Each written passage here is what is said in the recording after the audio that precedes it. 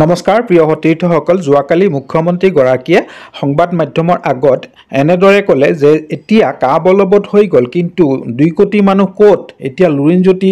গগৈয়ে দেখুৱাই দিয়ক মই প্ৰশ্ন কৰিম মই লুৰিণজ্যোতিক ধৰিম কিন্তু আমাৰো মনত এটা প্ৰশ্ন আহে মুখ্যমন্ত্ৰী মহোদয় যে অসমে নিবিচৰা বস্তু এটা অসমীয়াই নিবিচাৰে সেই বস্তুটো কিয় আপোনালোকে একপক্ষীয়ভাৱে জাপি দিয়ে মানুহৰ মনত অশান্তি কৰি কিয় জাপি দিয়ে সেইটো এটা ডাঙৰ কথা আপোনালোকে তাৰ মানে প্ৰভু ভক্ত মুখ্যমন্ত্ৰীগৰাকীয়ে কিমান প্ৰভু ভক্ত মই মোৰ কাষতে দেখাইছো পিকচাৰ এটা চালেই গম পাব কিমান প্ৰভু ভক্ত এই প্ৰভুসকলৰ আদেশৰ আখৰ হেৰফেৰ কৰিব নোৱাৰে তাৰ মানে যি কি নহওক মুখ্যমন্ত্ৰীয়ে কোৱা কথাখিনিৰ প্ৰত্যুত্তৰ আজি অখিল গগৈ বিধায়ক অখিল গগৈ দেৱে দিছে সেই ভিডিঅ'টো এতিয়া আপোনালোকে চাওক মই দেখুৱাই আছো ময়ো চাওঁ একেলগে উপভোগ কৰোঁ আহক যদি চেনেলটো সাবস্ক্ৰাইব কৰা নাই প্লিজ সাবস্ক্ৰাইব কৰিব লুৰিণজ্যোতি গগৈয়ে বা আমাৰ কা আন্দোলনকাৰীসকলে কোনো মানুহক শ্বহীদ কৰা নাই শ্বহীদ কৰিছে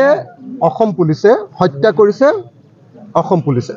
কিন্তু কালিৰ দিনটোৰ প্ৰথম কথাটো হ'ল যে কালি কা আন্দোলনত মৃত্যু হোৱাসকলক শ্বহীদ বুলি কোৱা প্ৰথম স্বীকৃতি প্ৰদান কৰিলে আৰু সেইকাৰণে মই অসমৰ মুখ্যমন্ত্ৰীক প্ৰথমতে দাবী জনাওঁ যে এই 5 জন শ্বহীদক স্বীকৃতি দি তেওঁলোকক পৰিয়ালক ক্ষতিপূৰণ দিয়াৰ ব্যৱস্থা গ্ৰহণ কৰিব লাগে নাম্বাৰ 1 নাম্বাৰ 2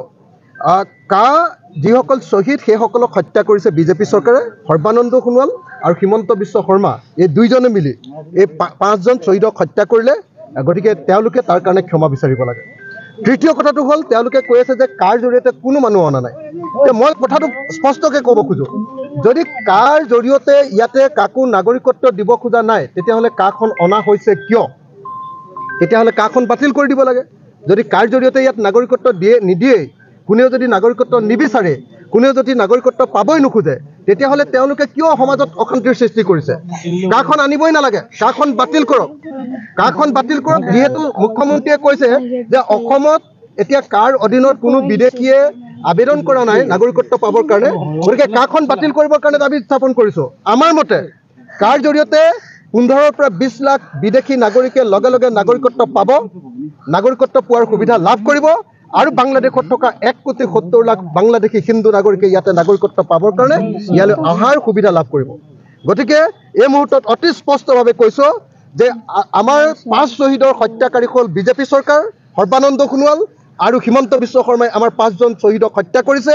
গতিকে তেওঁলোকে ক্ষমা বিচাৰিব লাগে আৰু যদি কাৰ জৰিয়তে কোনেও নাগৰিকত্ব নাপায় বিদেশীয়ে যদি নাগৰিকত্ব নাপায় তেতিয়াহ'লে কাখন বাতিল কৰাৰ ব্যৱস্থা গ্ৰহণ কৰিব লাগে হিমন্ত বিশ্ব শৰ্মাৰ চালাকি কথা বন্ধ কৰিব লাগে মই এই মুহূৰ্তত সকলোকে ঈদৰ শুভেচ্ছা জ্ঞাপন কৰিছোঁ আমাৰ অসমখনলৈ শান্তি সমৃদ্ধি ঘূৰি আহক বিশ্ব শান্তি প্ৰতিষ্ঠা হওক ভাৰতত শান্তি প্ৰতিষ্ঠা হওক আৰু ভাৰতত এই মুহূৰ্তত আৰু পৃথিৱীত এই মুহূৰ্তত যিবিলাকে ধৰ্মৰ লগত ধৰ্ম যুঁজ লগাব খুজিছে অশান্তিৰ সৃষ্টি কৰিছে তেওঁলোক নিপাত যাওক আশা কৰোঁ যে আজিৰ এই পবিত্ৰ দিনটোত আমি শান্তি সম্প্ৰীতিৰে বসবাস কৰাৰ এখন নতুন সমাজৰ কাৰণে আমি সকলোৱে আশা কৰিম আৰু নিশ্চয় অসম ভাৰত আৰু পৃথিৱীত এখন নতুন সমাজ কোনো ধৰ্মীয় হিংসা হত্যা কি কয় আপোনাৰ অত্যাচাৰ এইবিলাক নথকা এখন সমাজ যাতে আমি পাব পাৰোঁ সকলোকে মই তেনেকুৱা এখন সমাজৰ কাৰণে আজি প্ৰাৰ্থনা কৰিবৰ কাৰণে আহ্বান জনাইছোঁ কংগ্ৰেছে মালিকী স্বত্বত থকা এটা চেনেল সেইটোতো আচলতে ৰাজহুৱা সংবাদ মাধ্যম নহয় হা এইটো ডাইৰেক্টলি বিজেপিৰ সংবাদ মাধ্যম আজিৰ দিনটোততো মই অতি স্পষ্ট ভাষাৰে ক'ব খোজোঁ যে নিউজ লাইফ আৰু টাইম এইটে কেইদিনমানৰ আগলৈকে মোৰ নিউজ প্ৰকাশ কৰিছিলে নিউজ লাইফেতো মোৰ নিউজ প্ৰচাৰে নকৰে অকল মোৰ বিৰুদ্ধেহে নিউজ প্ৰচাৰ কৰে তাৰমানে কোনো গণতান্ত্ৰিক মানুহৰ গণতান্ত্ৰিক ভাষা নিউজ লাইফে নুবুজে তেওঁলোকে হিমন্ত বিশ্ব শৰ্মাৰ ধামাধৰা তেওঁলোক হিমন্ত বিশ্ব শৰ্মাৰ মুখপাত্ৰ তেওঁলোক বিজেপিৰ মুখপাত্ৰ আৰু তেওঁলোকে যেতিয়া হিমন্ত বিশ্ব শৰ্মা বিজেপিত থাকিব বিজেপিৰ পক্ষত যেতিয়া কংগ্ৰেছত থাকিব কংগ্ৰেছৰ পক্ষত গতিকে হিমন্ত বিশ্ব শৰ্মাৰ ডাইৰেক্ট নিজৰ মালিকী স্বত্বত থকা তেওঁৰ পৰিয়ালৰ মালিকী স্বত্বত থকা এটা চেনেলক যদি কোনোবা দলে যদি কৈছে যে আমি তেওঁলোকৰ চেনেললৈ নাযাওঁ তেতিয়াহ'লে মোৰ ক'বলগীয়া